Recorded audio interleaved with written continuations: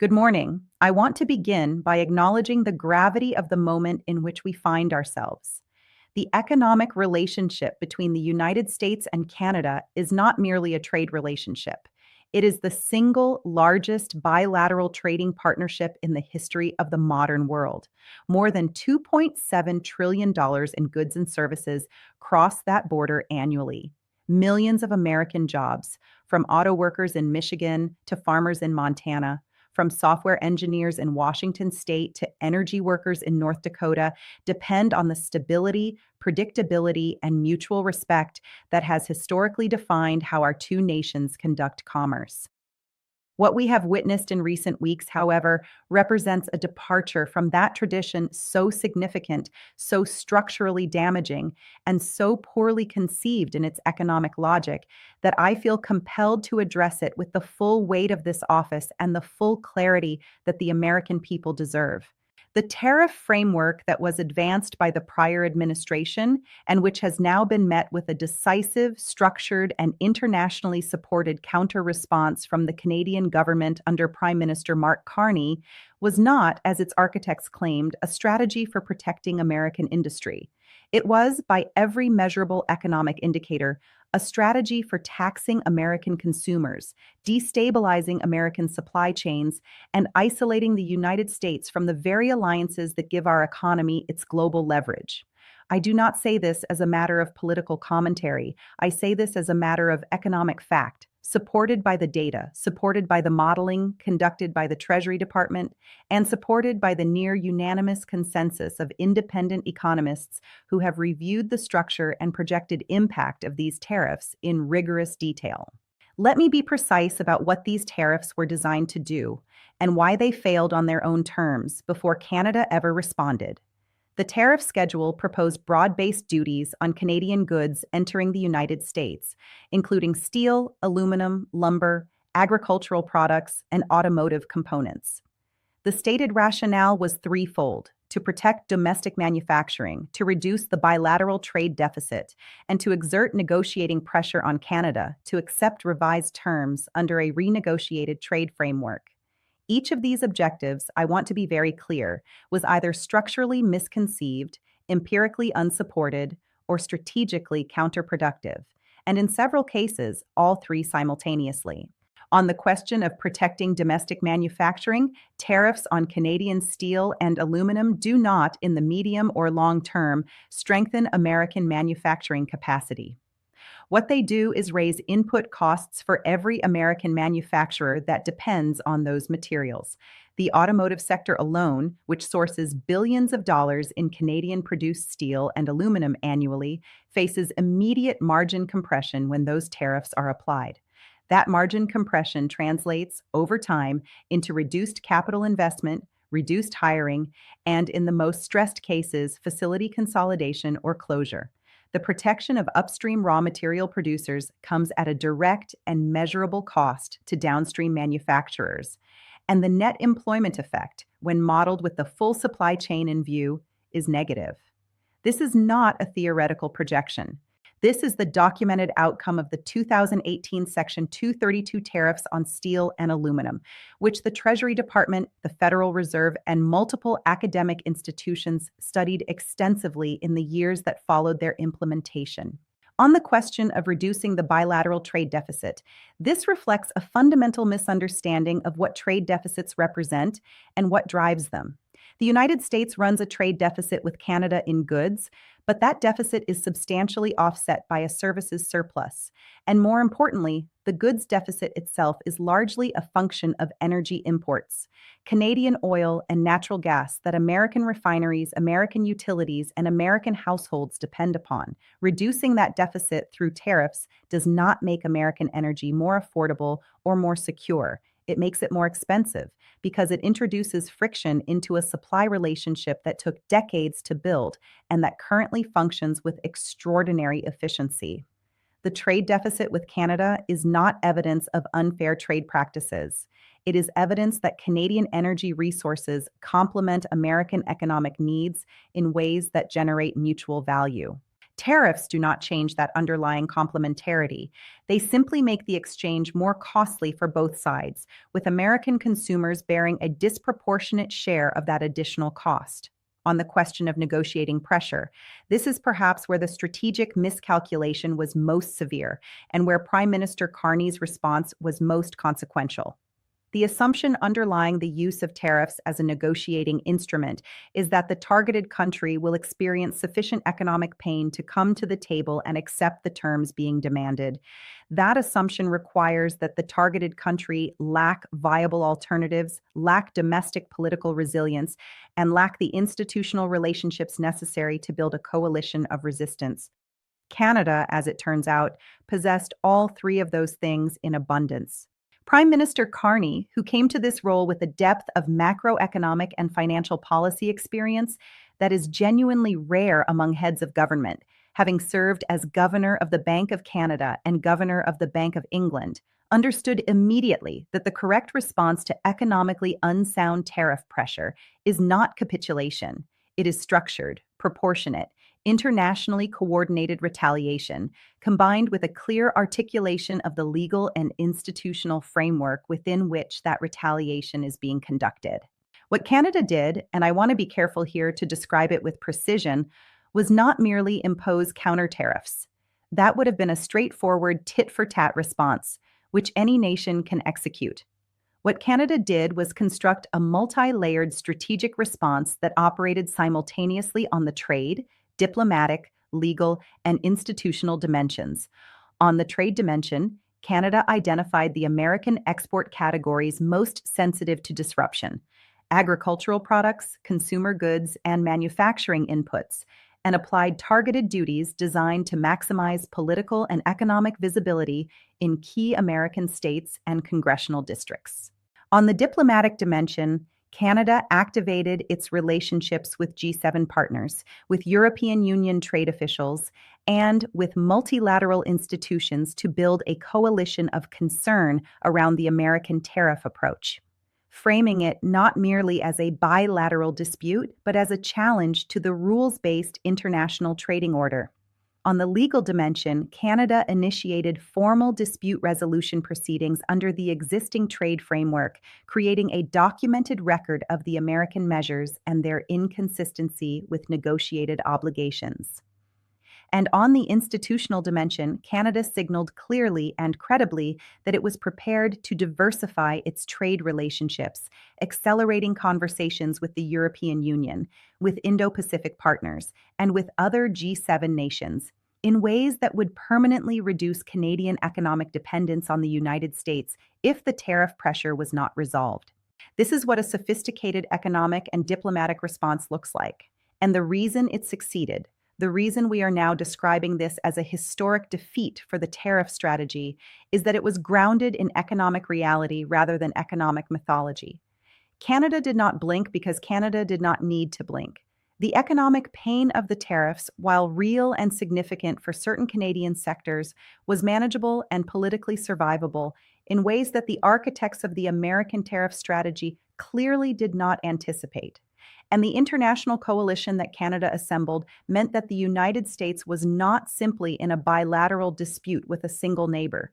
It was in a multilateral confrontation with its closest allies, conducted under the scrutiny of the very institutions, the WTO, the G7, the IMF, that the United States helped to build and has historically led. I want to pause here and say something that I believe needs to be said clearly, without equivocation, and without any partisan framing whatsoever. The defeat of this tariff strategy is not good news for those who wish to see the United States weakened on the world stage. It is, in fact, the opposite. The defeat of an economically unsound policy, even a painful defeat, even a publicly visible defeat, is ultimately in the interest of the United States because it creates the conditions for a return to a trade posture that is actually capable of advancing American economic interests. The question now is not how to assign blame for the failure of this strategy. The question is what comes next and how the United States rebuilds the trade relationships and institutional credibility that this episode has damaged. That is the question I intend to address in depth as we continue this discussion. To understand the full weight of what has occurred, and to understand why the word historic is not an overstatement when applied to this particular episode, we must examine the institutional architecture that the American tariff strategy effectively challenged and which Canada's counter-response effectively defended. This is not simply a story about two countries disagreeing over the price of lumber or the terms of automotive trade. This is a story about the rules-based international economic order, the institutions that sustain it, and what happens when a major economic power chooses to act outside those rules unilaterally, without sufficient strategic preparation, without adequate economic modeling, and without a clear theory of how the targeted nation would respond. The answer, as we have now seen in vivid and consequential detail, is that the targeted nation responds by invoking exactly those rules and exactly those institutions. And when the targeted nation does so with skill, with credibility, and with the support of the broader international community, the unilateral actor finds itself not in a position of strength, but in a position of profound and public isolation. Let me speak directly about the World Trade Organization, because its role in this episode has been somewhat underreported relative to its actual significance. The WTO is not a perfect institution. I have said publicly on multiple occasions that the WTO requires reform, that its dispute resolution mechanism has been under stress, and that its rules in certain areas, particularly around digital trade, state subsidies, and currency practices, have not kept pace with the evolution of the global economy. These are legitimate criticisms, and they are criticisms that the United States has raised through appropriate channels over many years. But the existence of imperfections in an institution does not justify the unilateral abandonment of the framework that institution represents. And the tariff measures advanced by the prior administration were, in several critical respects, inconsistent with American obligations under WTO agreements, a fact that Canada's legal team documented with considerable precision in the formal proceedings they initiated. The WTO dispute resolution process, even in its current constrained form, carries enormous signaling value. When Canada files a formal complaint under WTO rules, it is not simply seeking a legal remedy, though the legal remedy matters. It is signaling to every other trading partner of the United States that the American measures in question have been subjected to independent legal scrutiny and found to be inconsistent with negotiated obligations. That signal travels. It travels to the European Union, which was already in conversation with Canada about the broader pattern of American trade behavior. It travels to Japan, to South Korea, to Australia, to the United Kingdom, all nations that have significant trade relationships with the United States, and all nations that are watching carefully to understand whether the United States remains a reliable partner within the rules-based system. When Canada wins, or even when Canada simply demonstrates the legal vulnerabilities of the American position with sufficient clarity, it reinforces the perception that the United States has chosen a path that is legally indefensible as well as economically counterproductive. That perception has real consequences for American negotiating leverage in every other trade context, not just the bilateral relationship with Canada. Now I want to turn to the G7 dimension of Canada's response because this too has been underappreciated in much of the public commentary. The G7 is not a treaty organization. It does not have binding enforcement mechanisms. Its communiques are not legally operative documents. But what the G7 does have is enormous convening power, enormous signaling value, and the capacity to shape the international economic narrative in ways that directly affect market confidence, investor behavior, and the diplomatic environment within which trade negotiations occur. When Canada brought its concerns about the American tariff strategy to the G7 forum, and when those concerns were received with sympathy and in some cases with explicit solidarity by other G7 members, it accomplished something that purely bilateral counter tariffs could never have accomplished. It transformed a bilateral trade dispute into a multilateral referendum on American trade conduct. And that transformation was deeply consequential because it meant that resolving the dispute required not merely satisfying Canada, but addressing the broader concerns of the alliance network within which both Canada and the United States are embedded. Prime Minister Carney's decision to elevate this dispute to the G7 level was, from a strategic standpoint, a masterstroke. And I say that not as a compliment to Canada at the expense of the United States, but as an observation about effective economic statecraft. Carney understood, as one would expect from someone with his institutional background, that the most powerful tool available to a smaller economy facing pressure from a larger economy is the internationalization of the dispute. A bilateral dispute between Canada and the United States, viewed in isolation, is a dispute between a $2 trillion economy and a $27 trillion economy. The power asymmetry is significant, and in a world where economic size translated directly into bargaining power, Canada would be at a severe disadvantage. But a multilateral dispute in which Canada's position is supported by Germany, France, the United Kingdom, Japan, and Italy, economies with a combined GDP that rivals or exceeds that of the United States, is an entirely different strategic environment. In that environment, the power asymmetry is reversed, and the United States finds itself not as the dominant party imposing terms on a smaller partner, but as the isolated party defending a position that its closest allies have collectively characterized as inconsistent with the norms of the international trading system.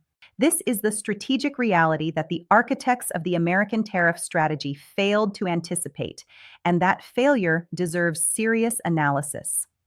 How does a major economic power, with access to the full apparatus of the Treasury Department, the Office of the United States Trade Representative, the National Economic Council, the National Security Council, and the intelligence community, miscalculate so severely the likely response of its closest trading partner and its closest allies?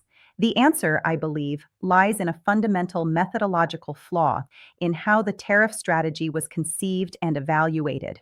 The strategy was conceived through the lens of bilateral economic leverage. The idea that because the United States is Canada's largest trading partner, Canada would be unwilling to absorb the economic cost of prolonged retaliation and would therefore come to the table and accept revised terms. That logic is not entirely without foundation. Economic size does confer negotiating leverage, and Canada's exposure to the American market is real and significant. But the logic breaks down when it fails to account for three critical variables. The first variable is the domestic political economy of the targeted nation.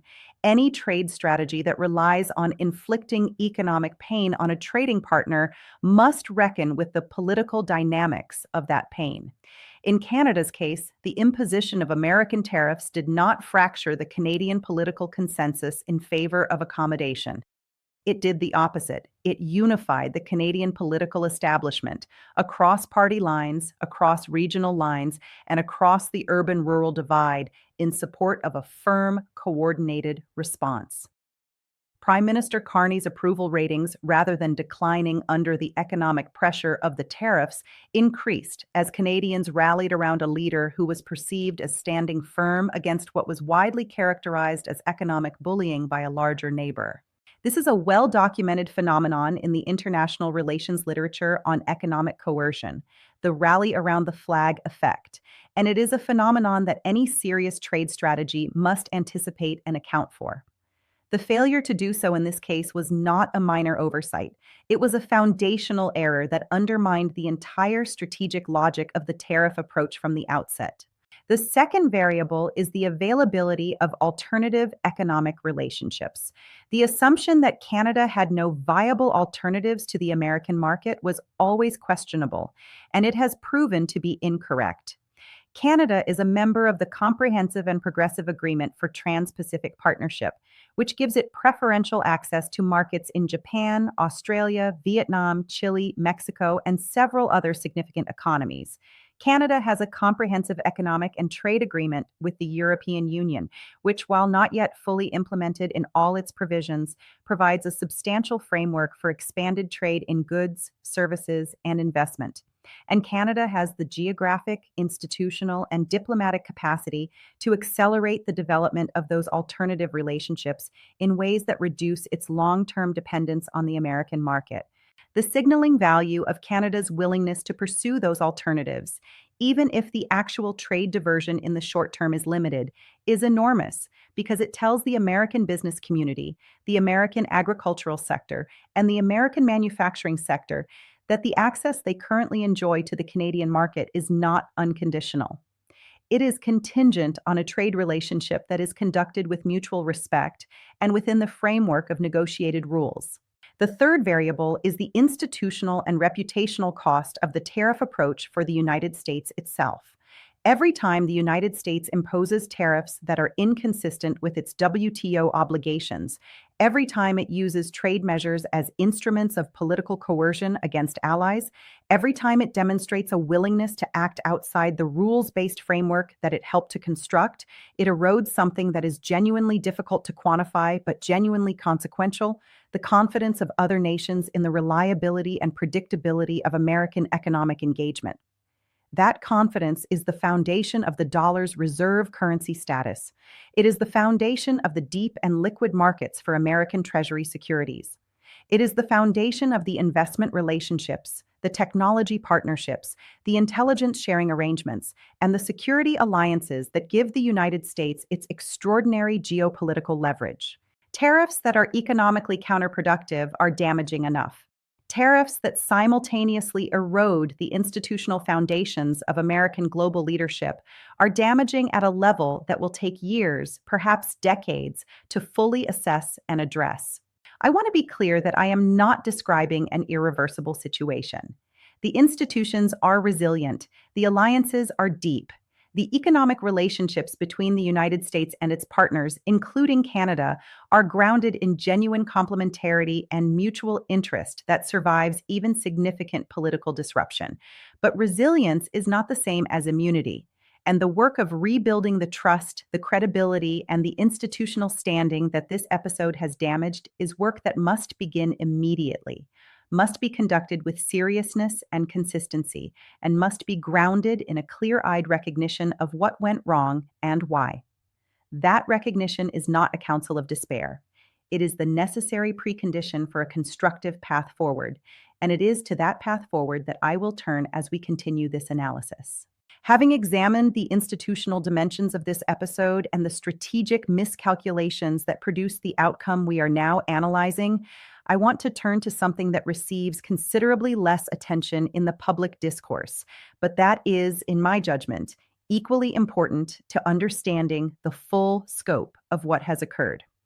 I want to talk about the domestic economic consequences of the tariff strategy for ordinary American households, American businesses, and American workers, not in abstract macroeconomic terms, but in the concrete, measurable, and deeply human terms that reflect what these policy choices actually mean for people's lives, their livelihoods, and their economic futures. Because one of the most persistent and damaging myths surrounding tariff policy is the idea that tariffs are a cost imposed on foreign producers. They are not. Tariffs are a tax. And like all taxes, they are ultimately paid by someone within the domestic economy. The question is not whether American consumers and businesses pay for tariffs. They do. The question is how much they pay, how that cost is distributed across income levels and sectors, and what the long-term structural consequences of that cost are for the competitiveness and resilience of the American economy.